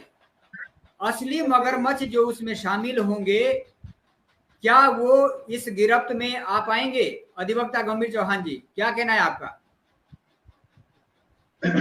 नोटियाल जी, सबसे पहले तो आपके डीसीपी न्यूज चैनल का बहुत बहुत धन्यवाद, और आपका भी, और जितने भी पैनलिस्ट है, पूजा गौड़ जी है, और पंत जी है, राणा जी है, छोटे भाई बॉबी पवार जी है, और जो ये भर्ती प्रकरण में धांधली का जो मामला उठा, उसके लिए मैं पूरे जितने भी इसमें सहयोगी जिन्होंने आंदोलन करा है, और बेरोजगार संगठन और छोटे भाई बॉबी पवार जी का, सभी का धन्यवाद प्रकट करूंगा कि मामला प्रकाश में आया है। और इसी प्रकार से जितने भी जो धांधली हुई, इसको और अच्छे से इसमें जांच कराएं। हमारे लायक जो भी इसमें क्या बोले सहयोग की जरूरत होगी, हम तत्पर रहेंगे। और प्रश्न चिन्ह ये बन रहा है कि जब से उत्तराखंड में परीक्षा चयन आयोग बना है, तब से लेके अभी तक शायद कोई ऐसी भर्ती नहीं हुई होगी जिसपे प्रश्न चिन्ह नहीं उठा है। लेकिन उसके बावजूद भी जो बड़े वहां पे अधिकारी है, जो सरकार है, उनको बिल्कुल फिर भी बरकरार बनाए रखे हुई है, चाहे सरकार कोई भी आई होगी। मतलब इतने बड़े प्रश्न चिन्ह उठने के बावजूद भी जो इतनी बड़ी धांधली हो रही है, मुझे नहीं लग रहा है कि बड़े स्तर पे आयोग के बिना मिलीभगत से, या फिर सरकार में बैठे हुए लोगों के बिना मिलीभगत से ये कार्य होता है। ये तो खाना पूर्ति के लिए छोटे लोगों के ऊपर बात टाल दी जाती है, और जो बड़े स्तर की धांधली होती है और उसे बिल्कुल लिपापोती करके हमेशा दबाया जाता है। ये आयोग के गोपनीयता पर और आयोग में जो उच्चाधिकारी है उन पर बहुत बड़ा प्रश्न चिन्ह है। और इतने सालों से जब आयोग के ऊपर जब धांधली के इतने आरोप प्रत्यारोप लग रहे हैं, गोपनीयता पर इतने प्रश्न चिन्ह उठ रहे हैं, तो उसके बावजूद भी पूर्व की सरकार हो चाहे वर्तमान की सरकार हो, ऐसा क्या है जो आयोग में जो इतने सारे धांधली के बावजूद भी इन उच्च अधिकारियों को बरकरार रखा जा रहा है? क्योंकि इनके बिना सहमति के, इनके बिना किसी इशारे के मुझे नहीं लग रहा है कि आयोग में कोई ऐसा कार्य कर सकता है। आयोग जब इतना बड़ी धांधली कर रहा है, आयोग के बिना, किसी अंदर के बड़े उच्चाधिकारी के बिना ऐसा कार्य होना असंभव है। जो उनकी गोपनीयता है, गोपनीयता पर बहुत बड़ा प्रश्न चिन्ह है, या कहां से इस प्रकार की धांधली हो रही है। उनका जो एक सिस्टम है, उस सिस्टम में कहीं ना कहीं चूक है, और जो वो चूक हो रही है वो कहीं ना कहीं आयोग के उच्चाधिकारियों की मिस्टेक है। आयोग के ऊपर एक बहुत बड़ा प्रश्न चिन्ह है, और आयोग के ऊपर यदि ऐसे प्रश्न चिन्ह लग रहे हैं तो सरकार को इस पर बिल्कुल क्या बोले एक्शन लेना चाहिए। और इस प्रकार के मामलों में, धांधली में जो भी लोग इसमें संलिप्त है, जो भी लोग इसमें पाए जाते हैं, उनके ऊपर बिल्कुल उचित कार्रवाई होनी चाहिए, वो चाहे कोई भी हो। और जो भी भर्ती हो रही है स्पष्टता के साथ होनी चाहिए, बल्कि इसी भर्ती में क्या, इसके पूर्व की भर्तियां हो चाहे कोई भी हो, सारे उसमें जांच होनी चाहिए। मैं तो ये कहता हूं कि जांच होनी चाहिए और स्पष्टता के साथ जांच होनी चाहिए। दूध का दूध, पानी का पानी हो जाएगा। जो इसमें बड़े मगरमच्छ है, जो आयोग के हो चाहे सरकार के हो, जो सफेद पोश होंगे, सब सामने आ जाएंगे कि किसकी इसमें मिली भगत है। इसके बाद में दूसरे पॉइंट पे आऊंगा कि जो इसमें गोपनीयता पर जो बड़ा प्रश्न चिन्ह है, जहां से कहीं से भी इनके जो गोपनीयता के जो इसमें आयोग के जो लोग है रखे हुए, मेरे को लग रहा है कहीं ना कहीं सबसे बड़ा प्रश्न चिन्ह उन पे है, और वो किन के अंडर में है, वो आयोग के उच्चाधिकारियों के अंडर में है। तो मुझे जो लगता है इसमें आयोग के बिना, उच्चाधिकारियों के बिना मिली भगत के इसमें कुछ भी संभव नहीं है। और आयोग में जब इस प्रकार के प्रकरण बार बार पाए जा रहे हैं तो इस पर बहुत बड़ा प्रश्न चिन्ह है, और ऐसे आयोग में उच्चाधिकारियों को हटाना चाहिए, तभी जाके स्पष्टता से जांच होगी। जब वहां पे अधिकारी वही के वही रहेंगे तो फिर जांच कैसे होगी स्पष्ट? जो व्यक्ति उसमें संलिप्त है, जब उसी को जांच में रखा जाएगा, वो वहां परमानेंट है, तो उसमें जांच कैसे होगी? वो बार बार रिपीटेशन होता रहेगा। दूसरी बात, कोई भी अभी उत्तराखंड में चयन आयोग बनाया है, तो जितने भी पद है, उत्तराखंड चयन परीक्षा चयन आयोग इसलिए बनाया कि जितने भी वैकेंसीज होगी इसके माध्यम से भरनी चाहिए। आउटडोर से, आउटसोर्सिंग से इतने पद भरे जा रहे हैं जितने भर्ती से भी नहीं भरे जा रहे हैं। अभी हाल ही में विधानसभा में सैकड़ों पद भरे गए हैं, जिसमें बाकायदा चयन आयोग के माध्यम से नहीं कराई गई भर्ती को, और बाकायदा विधानसभा का चयन आयोग उन्होंने अलग से वहां परीक्षा चयन आयोग बना दिया। गवर्नमेंट के में नेताओं ने, अधिकारियों ने अपने अपने स्तर से अपने लोगों को उसमें बिल्कुल मतलब सही ढंग से मतलब फिट कर दिया है। और ऐसे नहीं कि छोटे पद है, परमानेंट पद है, अनुसचिव के और समीक्षा अधिकारी के बड़े बड़े पद, सैकड़ों पद है। तो इस प्रकार के भर्तियों में धांधली हो रही है, तो ये बहुत बड़ा प्रश्न चिन्ह है, और इस पर बिल्कुल जांच होनी चाहिए। और जो इसमें जांच में संलिप्त पाए जाते हैं, वो आयोग हो चाहे कोई अन्य हो, उनके खिलाफ बिल्कुल उचित कानूनी कार्रवाई होनी चाहिए। नीरज राजपूत जी है इस डिबेट में यूपीएसएससी के सचिव को शामिल करना चाहिए। सर, कोशिश की थी उनसे संपर्क करने की, लेकिन नहीं हो पाया। उम्मीद करेंगे आगे उनको जोड़ने की। और मैं, क्योंकि तमाम सारे यहाँ पर प्रतिक्रियाएं आ रही है, पढ़ाना भी संभव नहीं है, लेकिन मैं दोबारा जानना चाहूंगा बॉबी पंवार जी के पास। बॉबी पंवार जी, ये तो सर वीडियो बीपीडीओ मात्र का है जो अभी कुछ गिरफ्तारियां हुई है, लेकिन मैं प्रतिक्रिया में जैसे देख रहा हूँ कनिष्ठ सहायक में भी धांधली हुई है, पीछे और भी बहुत सारी परीक्षाओं में आपने कई सारे विरोध व्यक्त किए थे, उसमें भी धांधली की आशंका है। क्या आपको भरोसा है, पहले तो ये, कि वीडियो बीपीडीओ में जांच जमीनी स्तर पर हो पाएगी? जो असल मगरमच्छ है इसके, क्या वो शिकंजे में आ पाएंगे, या फिर इनके सहारे 2-4 आदमी जो गिरफ्तार हुए हैं, ये मात्र और मात्र एक मैं नहीं समझता हूं कि मुख्य आरोपी ये होंगे, इनके सहारे इस पूरी धांधली को दबाने की कोशिश की जाएगी और जो बड़े बड़े मगरमच्छ है उनको छुपाने की कोशिश की जाएगी? बॉबी पंवार जी।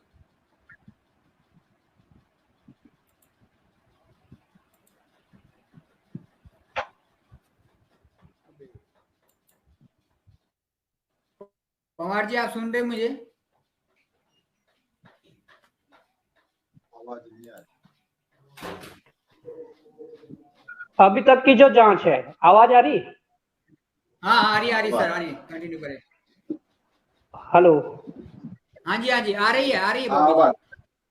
मेरी आवाज आ पा रही नौटियाल जी? श्योर। हाँ जी, आ रही।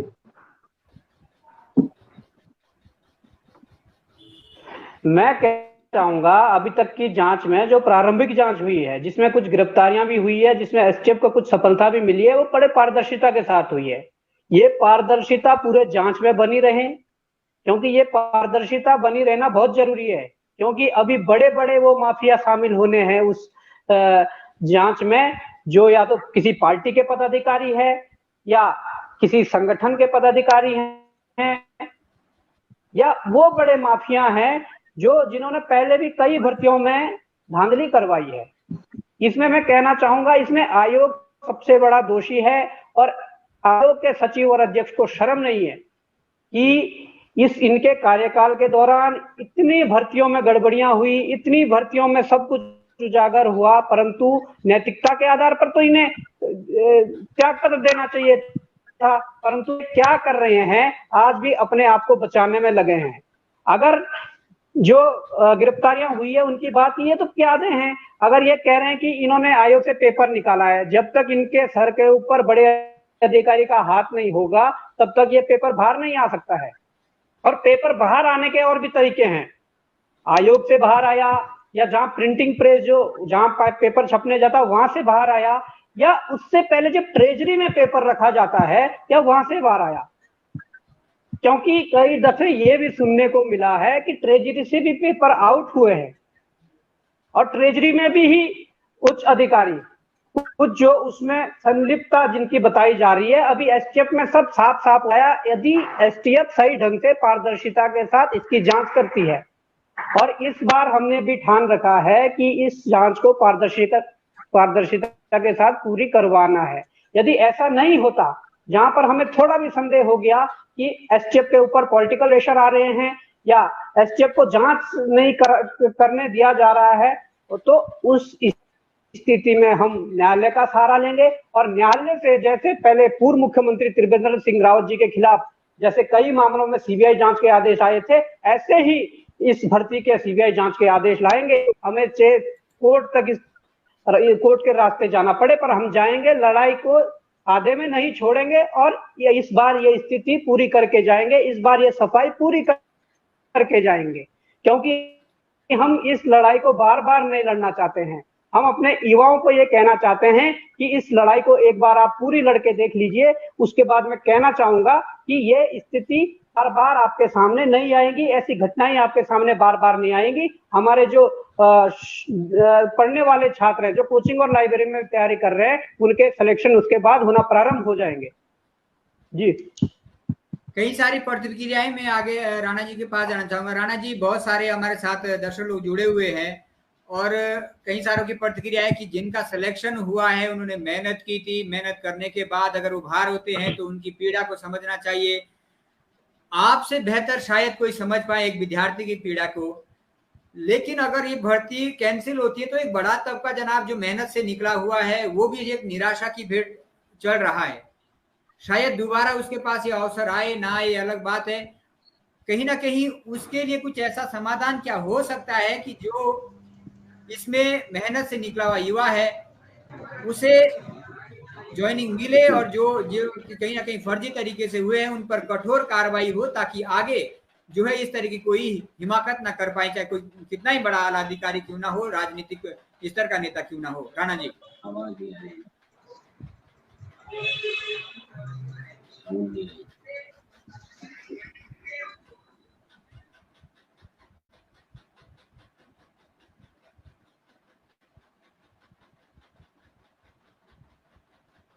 राणा जी डिस्कनेक्ट हुए हैं किसी कारण से। अधिवक्ता गंभीर चौहान जी, सर आप सुन पा रहे हैं मुझे?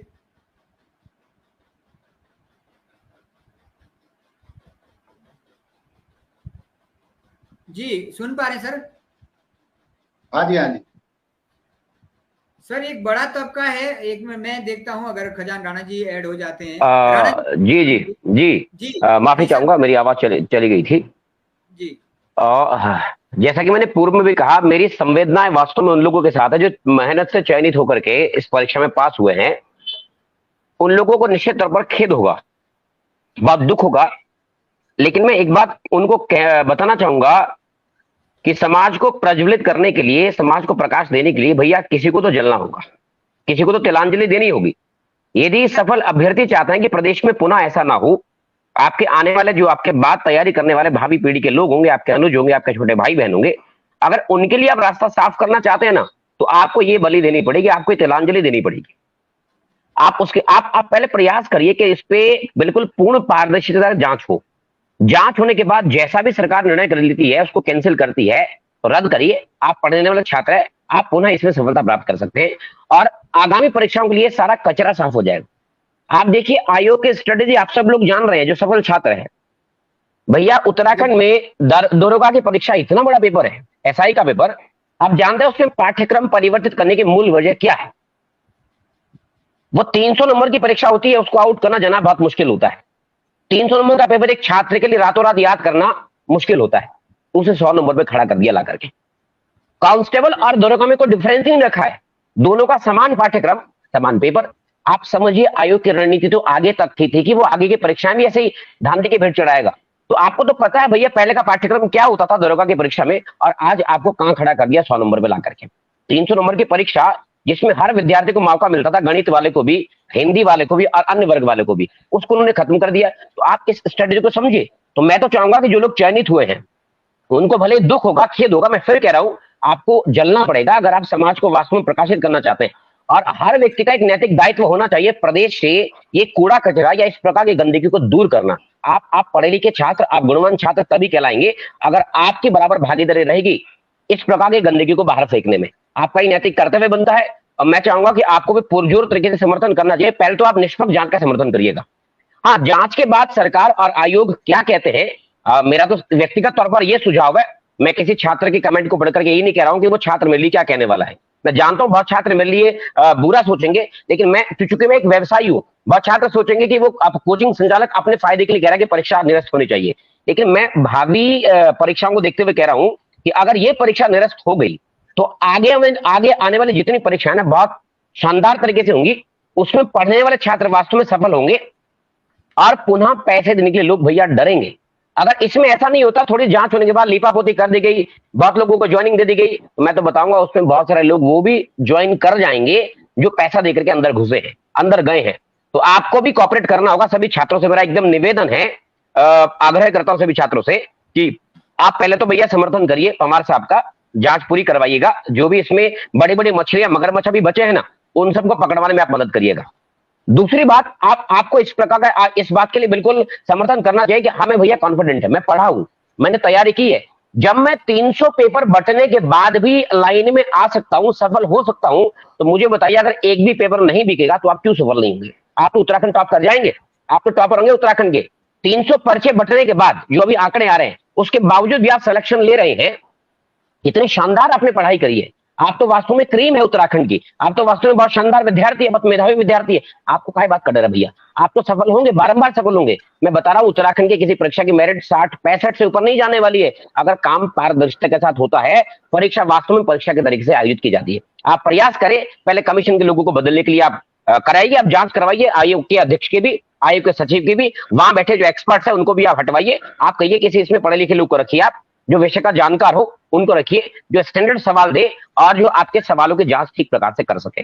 अगर ऐसा हो जाता है ना, तो प्रदेश में आगामी जितनी भर्तियां होंगी बहुत शानदार तरीके से आयोजित होंगी और किसी विद्यार्थी की कोई शिकायत नहीं होगी कि मेरा फला सवाल गलत था, सही था, गलत कर दिया, ये था, वो कर दिया। आप रेट लगा करके कई छात्र मेरे पास आते हैं, इस पर रेट लगानी है, प्रमाण दो। हम प्रमाण देते हैं, आयोग फेल कर देता है उन प्रमाणों को। भैया आप ऑथेंटिक पुस्तकों का प्रमाण नहीं मान रहे हैं, तो आपके साथ आप बहुत सारे बच्चे ऐसे होंगे इस वीडियो परीक्षा में बैठे हुए, ना जाने विगत 5 साल से पेपर देते आ रहे हैं, कभी रुक रहे किसी नंबर से। रुकने की वजह क्या है? मैं उन छात्रों को कहना चाहूंगा जो सफल है, उनके रुकने की वजह वो ये जानता है कि मेरा ये सवाल सही है, उसके बावजूद भी आयोग उस सवाल को सही नहीं कर रहा है, प्रमाण देने के बाद भी। तो बताइए आप ऐसे लोगों को क्यों रखना चाह रहे हैं? आपके साथ ही आपके भावी भाई बहन के साथ ऐसा होने वाला है कल के दिन।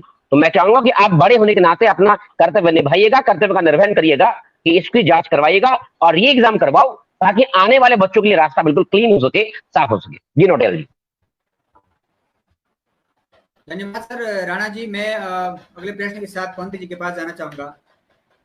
पंत जी, राणा जी ने कई सारे प्रश्न खड़े किए कि पाठ्यक्रम में था उसको क्यों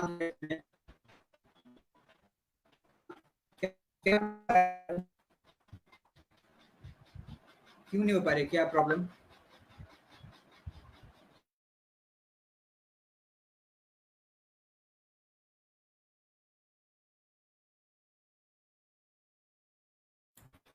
जी पंत जी, सर पाठ्यक्रम को लेकर राणा जी ने प्रश्न खड़े किए हैं। अब सवाल ये भी उठता है कि अगर पाठ्यक्रम चेंज किया जा रहा है तो चुने हुए जनप्रतिनिधि भी तो पढ़े लिखे इतने होंगे ना जनाब, कि किसको हमने कहाँ रखना है, किसको फॉरेस्ट गार्ड रखना है, किसको आयोग के उच्च पद पर रखना है, किसको आयोग के दरवाजे पर खड़ा करना है।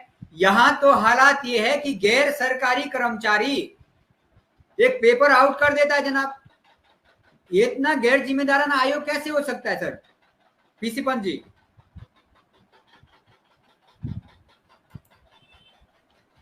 जी, क्या मेरी आवाज पहुंच रही है? जी बिल्कुल। जी, उत्तराखंड में क्या है, मैं एक चीज आपको क्लियर बताना चाहता हूँ, क्योंकि आप पढ़ाते भी, हम एग्जाम देख रहे हैं।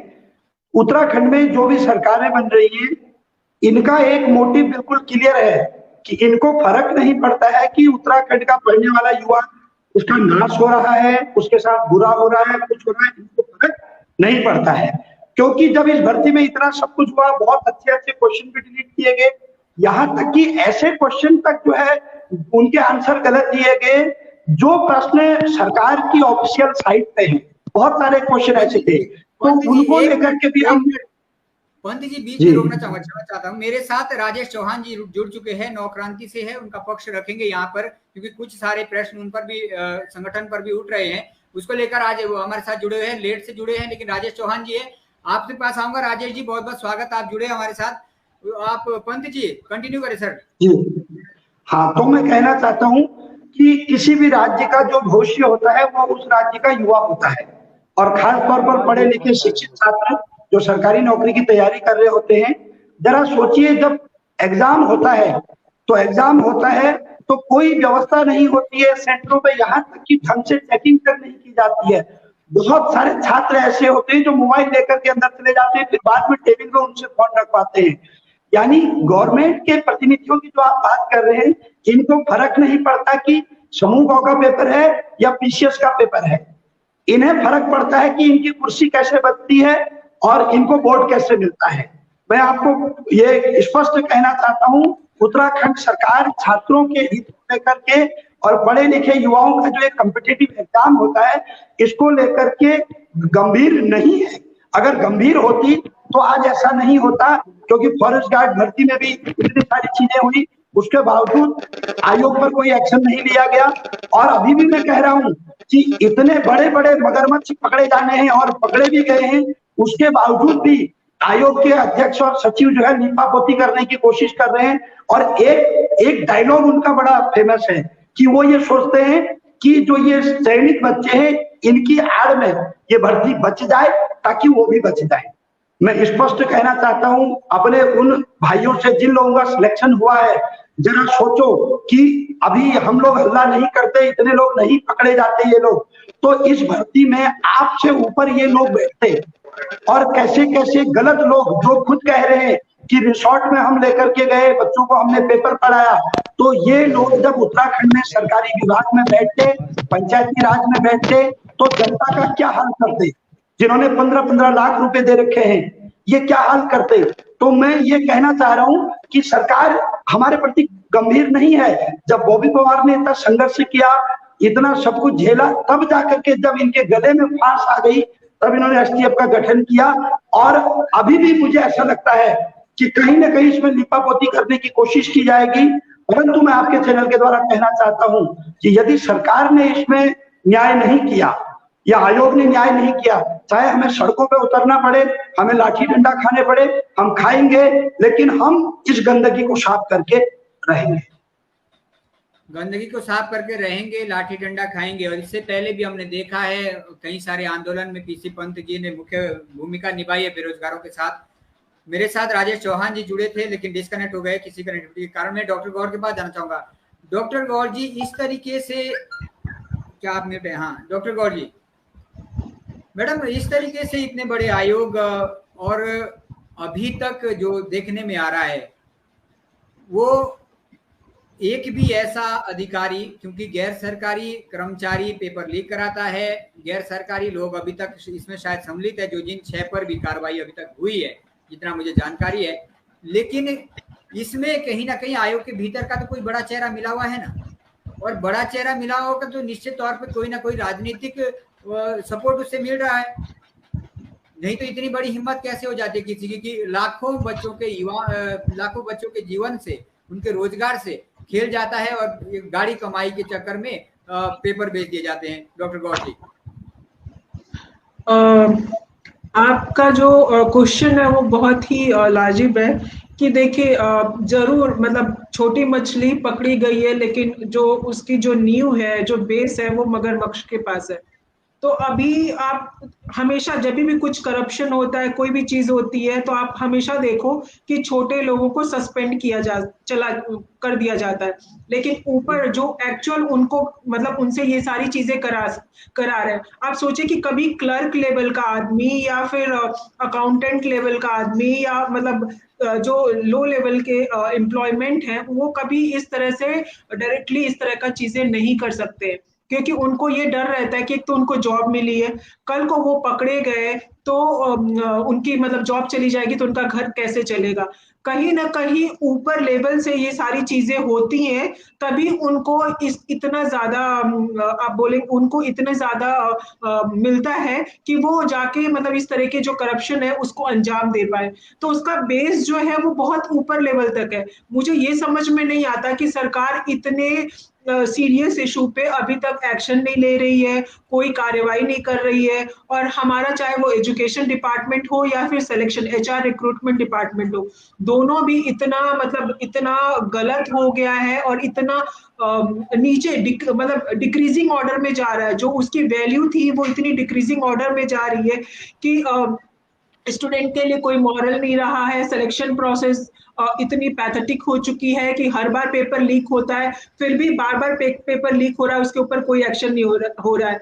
आप सोचेंगे कि कितनी बार हम लोग समाचार में बैठते हैं कि इनके ऊपर CBI जांच हो रही है, इनके ऊपर ED बिठाया जा रहा है, बट जो सीरियस इश्यूज है हमारे क्षेत्र के, उसके ऊपर क्यों नहीं CBI जांच या ED को बिठाया जा रहा है?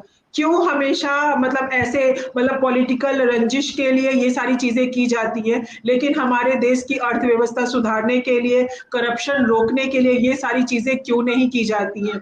और मुझे लगता है कि चुनने के बाद मतलब चाहे कोई भी गवर्नमेंट आ जाए, जो भी चुने हुए लोग होते हैं उनको कोई फर्क नहीं पड़ता है कि कोई आप सोचिए कि उत्तराखंड में मोस्टली जो एरिया है वो हिल एरिया है, और हिल एरिया में जो हमारे किसान हैं और जो हमारे थोड़े मतलब जिनके इकोनॉमिक सोर्स बहुत कम है, वो किस तरह से अपना खर्च मतलब अपने चीजें कट करके अपने बच्चों को नीचे भेजते हैं पढ़ाई करने के लिए, कोचिंग में पैसे डालते हैं, और उसके बाद उन बच्चों के भविष्य के साथ इतना बड़ा खिलवाड़ किया जा रहा है। आप सोचिए कि मुझे ये भी बहुत अफसोस हो रहा है कि हमारा जो जौनसार बावर है वो एक तरह से सच्चाई के लिए, ट्रुथ, ये सब चीजों के लिए जाना जाता था, अब वहां से इस तरह से पकड़ा जाना लीक के बारे में, वो भी एक बहुत बड़ा क्वेश्चन मार्क साबित होता है। बट मुझे ये श्योर है कि जो अभी नीचे लेवल पे पकड़े गए हैं वो एकमात्र मतलब एक तरह से हथियार है, बाकी जो उनका जो बेस है वो कहीं और है। और उनके ऊपर जब तक CBI जांच नहीं होगी, उनके ऊपर इस तरह के जो अंकुश नहीं लगेंगे, तो शायद उत्तराखंड की जो स्थिति है वो सुधरने वाली नहीं है। आप एक छोटे ग्राम प्रधान, जिला ग्राम प्रधान से लेके और आप डिस्ट्रिक्ट में जाओ, कोई भी योजना उठाओ, हर जगह इसी तरह के करप्शन मिल रहे हैं। लेकिन उसके ऊपर आज तक इतनी बार ये सारी चीजें हाईलाइट हुई हैं, बट कोई एक्शन नहीं लिया। मैं मतलब बाकी लोगों से भी ये बोलूंगी कि जब सारे करप्टेड लोग एक साथ मिलके करप्शन कर सकते हैं, तो जो लोग समाज के हित में काम कर रहे हैं, वो सारे लोग इस तरह से ज्वाइंट मीटिंग करके एक साथ होके क्यों नहीं उनके खिलाफ आवाज उठा सकते? हम में क्यों अलग अलग डिस्कनेक्ट है? कोई अलग मंच से बोलता है, कोई अलग, लेकिन सारे जो मंच हैं, जिनकी सोच एक है, वो एक साथ इकट्ठा होके क्यों नहीं उनके खिलाफ ये चीजों के ऊपर आवाज उठा के और ये सारी चीजों को रोकने में एक अहम भूमिका निभा सकते हैं? नहीं तो हर साल हर बार पेपर लीक होता है और इसी तरह से ये कंटिन्यू रहेगा अगर इसके ऊपर अंकुश नहीं लगाया गया तो। अगर इसके ऊपर अंकुश नहीं लगाया गया तो कंटिन्यू ऐसा ही रहेगा। लेकिन दुविधा ये भी है मैडम कि जो छात्र सिलेक्शन हो रखे हैं वो तो घर से बाहर विरोध करने के लिए तैयार नहीं है, और जो छात्र सिलेक्ट नहीं हुए वो चाह रहे हैं कि धांधली की वजह से शायद हम रह गए हैं, तो विरोध होना चाहिए, कैंसिल होना चाहिए। मेरे साथ राजेश चौहान जी जुड़ चुके हैं। राजेश जी, सबसे पहले तो धन्यवाद होगा। हाँ दीवान जी, मैं इसमें ये बोलना चाहूंगी, सभी मैं छात्रों से भी रिक्वेस्ट करना चाहूंगी कि देखिए, आप सेल्फिश मत बनिए, आप उत्तराखंड के लिए एक बार सेक्रीफाइस करिए। बहुत सारे लोग, हम लोग जॉब कर रहे हैं, हम we are a working people, लेकिन हमारे उत्तराखंड के लिए हम लोग ऑफिस का 8 आवर्स देने के बाद भी, अलग अलग ट्रैवल करने के बाद भी, लेकिन समाज के लोगों के लिए हम लड़ाई लड़ रहे हैं। हम भी अपना जो टाइम है वो फैमिली वालों के साथ स्पेंड कर सकते थे, लेकिन हमें लग रहा है कि अगर हम समय पे नहीं खड़े हुए तो शायद भविष्य और खराब हो जाएगा।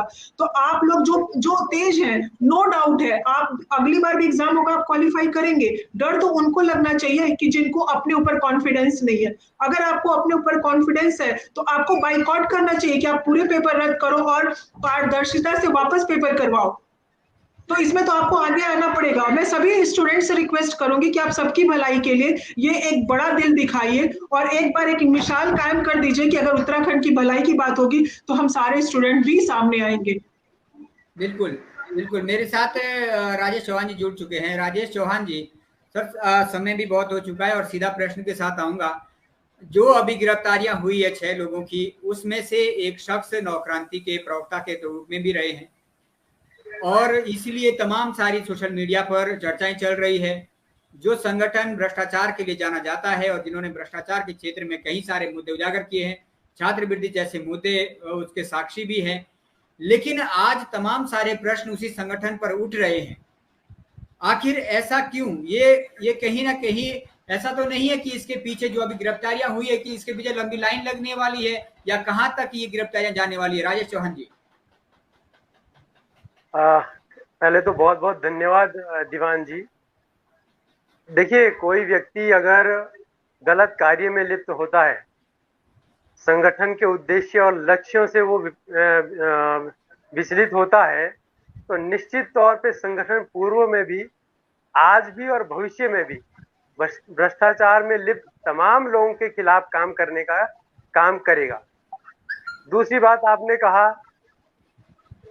भविष्य के लिए कि हो सकता है और भी कई नाम आगे आएंगे, निश्चित तौर पे आएंगे, लेकिन बहुत बड़ा जो एक प्रश्न है आयोग के ऊपर वो खड़ा हो रहा है। बाकी तो जो भी कुछ नाम आ रहे हैं वो नुमाइंदे हैं एक तरीके से, लेकिन ये जो मगरमच्छ है वो आयोग है।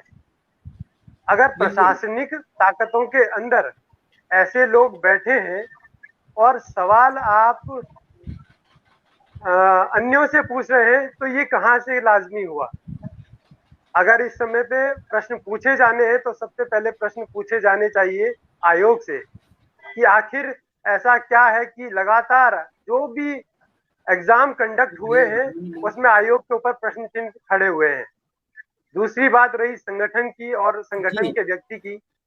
देखिए, संगठन आज भी और कल भी लगातार भ्रष्टाचार के विरोध में काम करने वाला है संगठन है और भविष्य में भी करेगा, कोई डाउट नहीं है। और जो व्यक्ति, चाहे वो संगठन से जुड़ा हो या गैर संगठनिक हो, हम लगातार उसका विरोध करते हैं, चाहे वो किसी भी पटल पर करना पड़े। साथ ही जो भी कार्यवाही उनके खिलाफ हो, हम उसमें सहयोग करेंगे। सर आप उसका सहयोग नहीं करेंगे जो लिप्त व्यक्ति होगा, चाहे वो किसी का हो, घर का हो, बाहर का हो, लेकिन जो कानूनन कार्रवाई वो कानून करता रहेगा, लेकिन क्योंकि नवक्रांति स्वराज मोर्चा संगठन के कार्यकर्ता हैं, वो पदाधिकारी भी हैं, अभी तक संगठन स्तर से किस तरीके की कार्रवाई उस शख्स पे हुई है? क्या अभी संदेह है आपको कि वो अब लिप्त नहीं है, वो आरोपी नहीं है, या फिर संगठन कार्रवाई करने में हिचकिचा रहा है? आखिर क्यों? देखिए, संगठन ना तो कभी किसी एक व्यक्ति विशेष के लिए हिचकिचाया है और ना ही कभी हिचकिचाएगा। जो व्यक्ति भी संगठन के उद्देश्यों से, लक्ष्यों से भटकेगा, उस पर उचित संगठनिक कार्यवाही होगी और उसके तहत जो व्यक्ति अभी संदिग्धता में पाया गया है उसे कार्यमुक्त कर दिया गया है। दूसरी बात, भविष्य के लिए भी ये बात है कि अगर कोई भी व्यक्ति अगर इस तरह के कार्यों में लिप्त होता है तो आप समझ लीजिए कि वो संगठनों के उद्देश्यों से और लक्ष्यों से वो सही मायनों में जुड़ा ही नहीं है। लेकिन मैं आज फिर से कह रहा हूं कि आपको अगर कहीं ना कहीं पॉइंट आउट करना है तो सबसे पहले ये सवालात जो होने चाहिए, जो हम चाह रहे हैं कि ये आयोग के ऊपर सवालात अगर हो, क्योंकि ये केवल एक व्यक्ति विशेष की बात नहीं है, ये उत्तराखंड को अधीनस्थ चयन आयोग दे क्या रहा है? आखिर ऐसे अयोग्य व्यक्ति इस माध्यमों से प्रशासनिक ताकतों के अंदर बिठा रहा है जो आने वाले उत्तराखंड और देश के भविष्य को खोखला करने का काम करेंगे। दूसरी ओर वो तमाम छात्र जो लगातार 5, 10, 15 वर्षों से कोचिंग की तैयारियां कर रहे हैं, उनको आप देख लीजिए 1, 2, 3, 4 नंबरों से वो लगातार रुक रहे हैं। वो हमारे घर का व्यक्ति भी होगा, वो आपके घर का भी होगा, और वो हर एक मेहनत कर जो इस तरीके से 1, 1, 2, 2 नंबरों से रुक रहा है, उनके जिम्मेदार इस तरीके के ये तमाम बिचौलिए लोग हैं। इस तरह का ये जो चयन आयोग है, ये तमाम लोग इसके लिए जिम्मेदार है। और मैं आप लोगों से और सरकार से इसका अनुरोध करूंगा कि मुख्य रूप से प्राथमिक जो आरोपी है, जो चयन आयोग इसका आरोपी है, आप सबसे पहले इनके ऊपर जांच बिठाएं कि ये आखिर हो क्यों रहा है। बिल्कुल, ये पक्ष हर किसी का रहा है सर। राणा जी जुड़े हुए हैं, पीसी पंत जी जुड़े हुए हैं। आयोग पे तो कहीं ना कहीं प्रश्न सबसे पहले उठता है और उम्मीद ये भी करते हैं कि इसके बाद शायद बुनियादी जांच होगी और बुनियादी जांच में जो असल मगरमच्छ है इसमें, वो भी बाहर निकल कर आएंगे। अब देखना ये होगा कि प्रदेश सरकार युवा सरकार है, युवा मुख्यमंत्री है, अब युवाओं की सरकार बताते हैं, देखते हैं किस तरीके की जांच आगे करवाते हैं। अब मेरे साथ अभी दिनेश वर्मा जी जुड़े थे, शायद डिस्कनेक्ट हो गए किसी कनेक्टिविटी।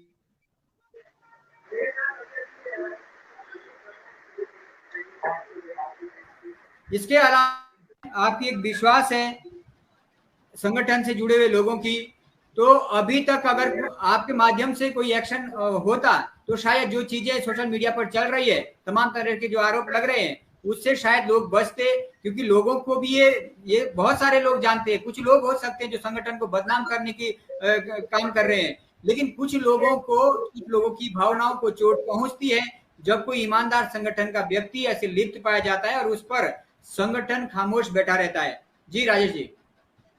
दीवान जी, बीते 2 दिन पहले मेरी आपसे जब बात हुई तो मैंने आपसे स्पष्ट रूप से कारण बताया था।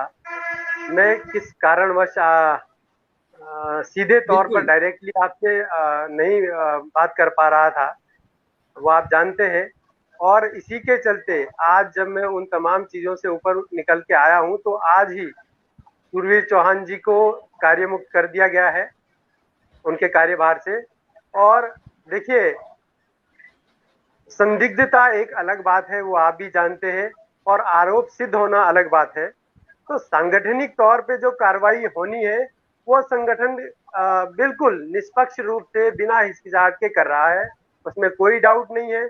और भविष्य में इस तरीके से कोई भी अगर लिप्त होता है तो निश्चित तौर पे संगठन उसका विरोध करेगा, उसके खिलाफ कार्रवाई करने का काम करेगा। बिल्कुल बिल्कुल, धन्यवाद सर, आपने अपना पक्ष रखा। और तमाम सारे जो सोशल मीडिया पे क्वेश्चनिंग उठ रही थी उनको भी कहना चाहूंगा कि अभी राजेश जी जो कि संगठन के सचिव भी है, उन्होंने जिक्र किया है, उन पर कार्रवाई हुई है। और आगे राजेश जी किसी व्यक्तिगत पारिवारिक कार्य से व्यस्त थे, जिस कारण से वो समय से नहीं आ पाए, हमारे साथ लाइव भी नहीं जुड़ पाए और काफी दिनों से व्यस्त भी थे। और सभी मेहमान मेरे साथ जुड़े थे, काफी समय भी हो चुका है। राणा जी, पीसी पंत जी, खास तौर पर आपसे आपके पास आना चाहूंगा, और ये क्योंकि अगर नेता, राजनेता और आयोग का रुख आपने भी देखा है, लगता नहीं है कि बुनियादी जांच हो पाएगी। जिस तरीके डिमांड हो रही है, सीबीआई जांच की मांग उठ रही है, प्रियंका राय खोला जी भी है, सीबीआई जांच की मांग कर रही है। लेकिन अगर ये सब नहीं होता है तो आगे की लड़ाई कैसे लड़ोगे जनाब? बेरोजगार लड़ पाएंगे क्या? वो युवा आपके साथ खड़ा हो पाएंगे? जिन युवा को समझना है कि अगर अधिकार लेना है तो अब लोकतांत्रिक विरोध पे तो आना पड़ेगा। जी देखिए, पहले तो इस भर्ती में शक था, हम लोगों ने बोला, बॉबी भाई ने भी लड़ाई लड़ी, और आज तो हमारे सामने प्रूफ है कि सीधी सीधी बात है। माननीय अध्यक्ष जो सचिव हैं, उन्होंने अभी कुछ ही दिन पहले अपने एक इंटरव्यू में बोला है कि यदि किसी परीक्षा की शुचिता बाधित हो जाती है, शुचिता बाधित होने का मतलब होता है कि परीक्षा होने से पहले ही पेपर किसी अभ्यर्थी को मिल गया है, तो सोशल मीडिया का जमाना है, वो 2 लोगों को मिला या 200 लोगों को मिला, ये डिसाइड कर पाना बहुत मुश्किल होता है। तो सबसे पहले तो आयोग अपनी गलती माने, और अगर आयोग का ऐसे ही अड़ियल रुख रहा तो जब यहाँ तक इस लड़ाई को हम लेकर के गए हैं, तो निश्चित तौर पर अगर हमें सड़कों पर भी उतरना पड़े तो मैं तो खुद एक छात्र हूँ, तो मैं अपने हित की बात कर रहा हूँ, अपने लिए लड़ रहा हूँ, और मैं निश्चित तौर पे बता रहा हूँ कि अगर हमें सड़क पे भी उतरना पड़े, SSSC का घिराव भी करना पड़े, तो वो भी हम करेंगे। और मैं महोदय आपको बताना चाहता हूँ, 1 जनवरी 2019 की बात थी, लगातार यह आयोग जो है निकाल रहा था न्यूज़पेपर में कि हम भर्ती निकालेंगे। इन्होंने भर्ती नहीं निकाली, तो मैं और बॉबी पवार 24 घंटे संतोष बडोनी सर के कैबिन के दरवाजे पर बैठ गए थे। 1 जनवरी 2019 की बात है। इन्होंने हमारी एक भी नहीं सुनी। हम केवल ये पूछ रहे थे कि आप न्यूज़पेपर में डेली दे रहे हैं कि हम वीडियो की वैकेंसी निकालेंगे, कलर की वैकेंसी निकालेंगे, लेकिन आप निकाल क्यों नहीं रहे हैं? तो 24 घंटे जब हम वहां पर भूखे बैठे रहे, उसके बाद अगले दिन जाकर के इन्होंने हमारे साथ वार्ता की, फिर इन्होंने अपनी मजबूरियां बताई, तो हमने भी समझ दिया। फिर कुछ टेक्निकल इशू आया जिसकी वजह से कुछ भर्ती में टाइम लगा। आज इतनी मेहनत के बाद ये भर्ती आई। मैं तो खुद अपनी तरफ से व्यक्तिगत तौर पे कहूँ तो मेरा स्कोर इतना अच्छा है, 73 मार्क्स होना, मुझे नहीं लगता कि इसमें जो है, अभी जैसे राणा सर ने भी कहा कि वो भी पढ़ाते हैं कि एक अच्छा स्कोर इसमें जो है, ये देखा जा रहा था कि 70 से के आसपास यहाँ पे सिलेक्शन हो जाएंगे। सबसे पहले जो शक की सुनी गई वो यही से गई कि इसमें जो मेरिट का ज्यादा जाना, उसके बाद ऐसे लोगों का चयन होना कि जिनकी पृष्ठभूमि पढ़ाई से संबंधित नहीं है। हम लोगों का डाउट था, हम आयोग के पास गए और जैसे तैसे इन्होंने जांच करवाई। आज प्राइमरी जांच में जो चीजें आई, उसके बावजूद भी आयोग अपनी गलती नहीं मान रहा है और अपनी गलतियों को सुधारने की तरफ नहीं जा रहा है। अगर नहीं जाते हैं तो एक चीज मैं इस चैनल पर फिर से कहना चाहता हूँ, यदि सीबीआई जांच हो जाए, और ये भी एक चीज कह रहा हूँ, ये जो जांच बैठाई गई एसटीएफ वगैरह की, ये भी इसीलिए बैठाई गई कि हम लगातार मांग कर रहे थे कि सीबीआई की जांच की जाए। तो अगर सीबीआई की जांच हो जाए तो ये आयोग के पदाधिकारी भी चले जाएंगे जेल में चक्की फिशिंग। मैं आपको निश्चित तौर पर कह रहा हूँ, निश्चित तौर पर देख लीजिएगा। और अगर ये तुरंत एक्शन नहीं लेंगे तो मैं एक छात्र के तौर पर कह रहा हूँ, हम UPSC का घेराव करेंगे, पहले भी किया है, और इनको मजबूरी में इस्तीफा देना पड़ेगा। अगर सीबीआई जांच की हम मांग करेंगे तो ये उससे पहले ही इस्तीफा दे देंगे, क्योंकि इनके बस की बात नहीं है सीबीआई जांच को झेल पाना। अगर सीबीआई जांच होगी, निश्चित तौर पर चक्की फिशिंग हो जाएगा इनका, ये मान के चलिए। धन्यवाद सर। राजेश जी डिस्कनेक्ट हो गए हैं, शायद उनका कैमरा। जी राजेश जी सर, इस तरीके की धांधली पे संगठन का क्या रुख रहेगा आगे? क्या जो अभी कुछ चीजें उजागर हुई है संगठन के स्तर से इस पूरी धांधली में और आगामी परीक्षाओं में जांच जताई गई है, क्या आयोग के समक्ष संगठन भी इस संबंध में कुछ पैरवी करेगा? देखिए, निश्चित तौर पर करेगा। संगठन ने जब अपनी बुनियाद को नींव रखी थी, तो तब से लेकर आज और भविष्य के लिए उनके जो लक्ष्य और उद्देश्य है, वो मुख्य उद्देश्य यही है कि भ्रष्टाचार में जो भी व्यक्ति लिप्त होगा, संगठन उसका विरोध करेगा। और मैंने आपसे कहा, मैं आज लाइव भी नहीं आना चाह रहा था, आपको कारण मैंने बताया, फिर भी इस संगीन मामले को देखते हुए आपके बीच आया हूं और इस बात को लेकर मैं तमाम सारे युवा साथियों को आश्वस्त करता हूं कि नवक्रांति स्वराज मोर्चा जिस तरीके से पूर्व के कार्यों में उन्होंने प्रतिभाग किया है, इस प्रकरण में भी अपनी भूमिका वो अहम रखेगा, वो आपको देखने को भी अब मिलेगी। और निश्चित तौर पे आज तक संगठन जिस निष्पक्ष रवैये के साथ काम करता आया है, आगे भी करेगा। दूसरी बात, जो लोग आज संगठन के ऊपर आरोप लगा रहे हैं, हमारी उनके ऊपर भी नजर है। मैं उनसे भी निवेदन करूंगा, बिल्कुल आप हमारे ऊपर, संगठन के ऊपर बिल्कुल आप एलिगेशन लगाएं, लेकिन ध्यान रहे उसके पीछे आपके पास भी पर्याप्त सबूत हो, अन्यथा आपके खिलाफ में भी कार्रवाई करने का हम लोग काम करेंगे। क्योंकि एक व्यक्ति विशेष के वजह से पूरे संगठन को आप अगर सवालों के कटघरे में खड़ा करेंगे तो निश्चित रूप में प्रतिक्रिया के रूप में संगठन भी आपके ऊपर जवाब में कार्रवाई करने का काम करेगा। बिल्कुल, धन्यवाद सर। तो ये राजेश चौहान जी जुड़े हैं और मैं भी यही आग्रह करूंगा कि अगर आपके पास कोई एविडेंस नहीं है, तथ्य नहीं है, बिना तथ्यों के किसी पर भी लांछन लगाना अनुचित है और कहीं ना कहीं संगठन हो, परिवार हो, उसमें कोई व्यक्ति अगर गलत करता है तो उसकी व्यक्तिगत जिम्मेदारी होती है। संगठन की कोई जिम्मेदारी नहीं है, उस पर संगठन एक्शन ले सकता है, मगर इसके आधार पर पूरे संगठन को धूमिल कर देना, पूरे संगठन पर आरोप लगाना, ये कहीं ना कहीं अनुचित है। मेरे साथ आप सभी मेहमान जुड़े, राणा जी, पीसी पंत जी, डॉक्टर गौर जी, राजेश जी, सर आप सभी का बहुत बहुत धन्यवाद करना चाहूंगा, आज आप जुड़े। और विशेषकर राजेश जी, मुझे पता है जिस तरीके से आप बिजी थे और एक दुखद घटना भी घटी है, आपके दादाजी एक्सपायर हुए थे, जिस कारण से आप नहीं जुड़ पा रहे थे, लेकिन बावजूद उसके भी आपने समय निकाला, आपका बहुत बहुत धन्यवाद चौहान जी। मैं अब समय मेरे पास काफी हो चुका है, समाप्ति की ओर जाना चाहूंगा। आप में से कोई भी मेहमान अगर कोई अपना संदेश युवाओं तक इस संबंध में किसी इस चैनल के माध्यम से रखना चाहता है तो आप अपना हाथ खड़ा कर सकते हैं, मैं आपको जरूर आपके संदेश को आगे भेजना चाहूंगा। जी राजेश जी। देखिए, पुनः मैं आपसे और तमाम जो दर्शक देख रहे हैं, तमाम जो उत्तराखंड का युवा साथी है, उन तमाम लोगों से आज इस बात के आश्वस्त करूंगा कि नवक्रांति स्वराज मोर्चा के ऊपर जिस तरीके से आपने आज तक अपना विश्वास जताया है, निश्चित तौर पर आगे भी आपको विश्वास जताने का हम मौका देंगे, आप जताएंगे भी, क्योंकि स्पष्ट रूप से हमने आज तक भी कार्य किया है, वो चाहे संगठन के अंदर हो या गैर सांगठनिक हो, और इसी तरीके से भविष्य में भी संगठन निस्वार्थ भाव से काम करेगा। और आप लोग हमारे ऊपर इसी तरीके से विश्वास बनाए रखिए, हमारे को मोटिवेट करते रहिए। बहुत बहुत धन्यवाद।